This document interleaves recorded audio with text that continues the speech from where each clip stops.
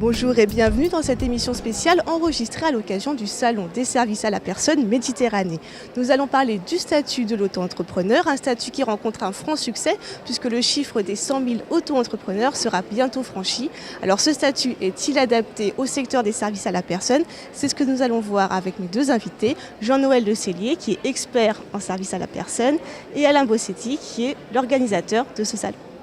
Alors, Monsieur Bossetti, nous avons bientôt atteint le chiffre symbolique des 100 000 auto-entrepreneurs.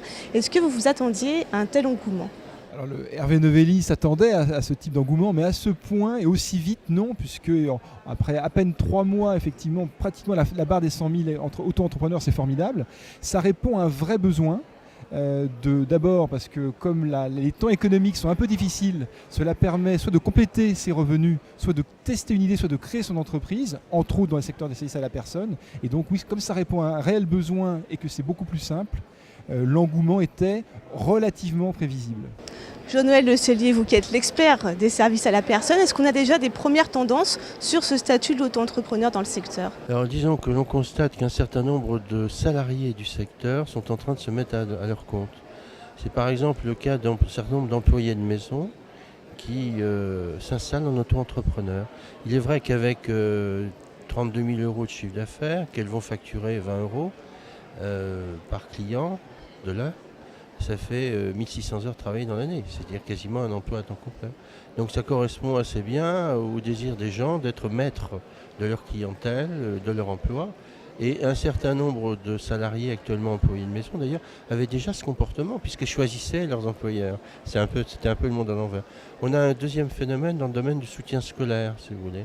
On constate que le dispositif de l'auto-entrepreneur est assez bien adapté aux personnes qui veulent faire du soutien scolaire, des cours particuliers à domicile.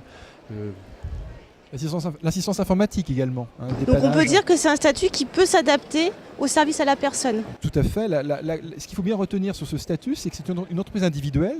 Donc toutes les règles de l'entreprise individuelle s'appliquent évidemment à l'auto-entrepreneur. Et deuxièmement, il faut pour que les clients bénéficient de la déduction fiscale et que les clients bénéficient d'un taux réduit de TVA, il faut bien sûr avoir l'agrément au service à la personne. Donc les règles en place, tant sur le plan juridique pour le statut d'auto-entrepreneur d'entreprise individuelle que pour les services à la personne, doivent être bien sûr respectées.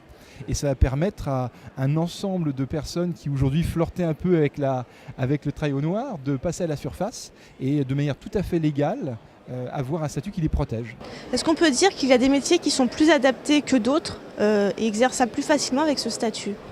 Alors, il est sûr que par exemple le métier d'auxiliaire auprès de personnes âgées est beaucoup plus difficile à exercer seul parce que la réglementation des agréments, notamment de l'agrément qualité, précise qu'il faut fonctionner 24 heures sur 24, avoir des solutions de pérennisation de l'activité, etc. Donc ça rend plus difficile le statut de l'auto-entrepreneur. Et à l'inverse, des idées de métiers qui seraient vraiment bien adaptées. Si vous voulez, par exemple, le soutien scolaire, comme je le disais tout à l'heure, c'est assez bien adapté. Alain Bossetti parlait de l'assistance informatique aussi. Prof de gym. Prof de gym, oui. Le training de... Oui, absolument. Mais clairement, les métiers qui nécessitent agrément qualité sont quasiment hors champ auto-entrepreneur par les exigences que l'agrément implique. Donc comme la personne est toute seule, mais l'agrément simple, tous les métiers sont dans la plaque. Allez-y, vous voulez nous dire un mot en plus ? Effectivement, comme vient de le dire Alain Bossetti, rien n'interdit à quelqu'un de postuler pour l'agrément qualité. Mais il est beaucoup plus difficile à obtenir parce que les exigences de cet agrément, certaines sont incompatibles avec une activité exercée seule. Et par contre, aussi autre chose, on peut avoir aussi des auto-entrepreneurs qui peuvent avoir des salariés. Un auto-entrepreneur peut avoir des salariés. Il ne faut pas l'oublier. Mais dans les services à la personne, c'est beaucoup plus difficile pour pouvoir en vivre. Ça ne peut être qu'un complément. C'est un petit peu la limite du statut. Sous forme mandataire. Parce que dans le service à la personne, il y a l'activité sous la forme de mise à disposition, de prestation de service, de l'emploi direct ou l'activité mandataire. Donc vous pouvez exercer sous forme d'activité mandataire. C'est-à-dire que les gens ne sont pas vos salariés, ils sont salariés du client et vous jouez un rôle de rapprochement de l'offre et de la demande et vous facturez des prestations de gestion administrative et de recrutement. La seule limite est le plafond de chiffre d'affaires possible, 32 000 euros dans les services. Alors la deuxième phase justement du plan des services à la personne vient d'être lancée et prévoit un gros accent sur l'aide à la création d'entreprises. On parle de 5 milliards d'euros quand même mis sur la table. Est-ce que vous pensez que ça va dans le bon sens, que ça va permettre ça plus l'auto-entrepreneur de dynamiser un petit peu la création d'entreprises dans le secteur ? Alors le plan SAP2, il a été lancé mardi. C'est un peu tôt pour émettre un jugement. Ce qu'on peut aujourd'hui, c'est dire que il met des moyens effectivement qui devraient pouvoir permettre de développer le secteur et surtout de former les auto-entrepreneurs. Parce que c'est pas parce qu'un statut existe qu'on devient automatiquement, si on a envie de le faire, tout à fait doué et tout à fait compétent pour le faire.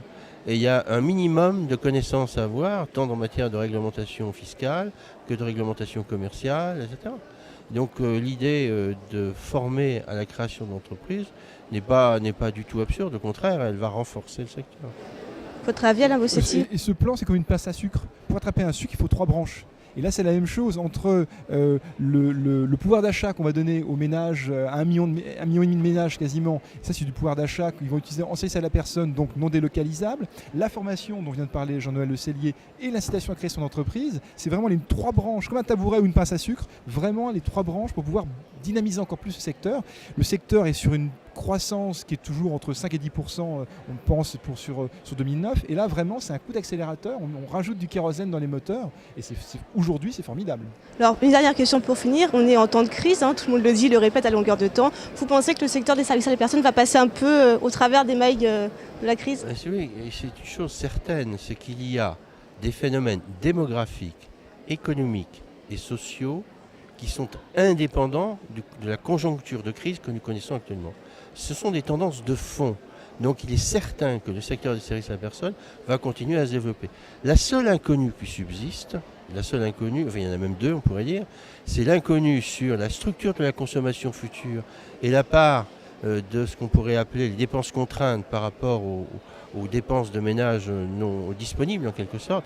Qu'est-ce que cette part va évoluer? De quelle manière elle va évoluer? C'est quand même une question importante. Et globalement, est-ce que le pouvoir d'achat et les revenus vont augmenter de manière plus rapide que la consommation ou comme on l'a connu sur les 30 ou 50 dernières années? C'est les deux incertitudes. Pour le reste, il est certain que les tendances de fond des évolutions économiques et sociales vont dans le sens du développement. Vous confirmez cet optimisme? Tout à fait. En fait, aux 2 extrémités de la vie, que ce soit avec le fort taux de natalité et puis le taux de seniorisation de la société française et occidentale, font effectivement qu'il y a des besoins incompressibles. Et avec toujours un taux d'activité hommes et femmes en France, eh bien oui, ça, je confirme tout à fait ce point. Et je rejoins totalement Jean-Noël de son analyse. Merci beaucoup, messieurs.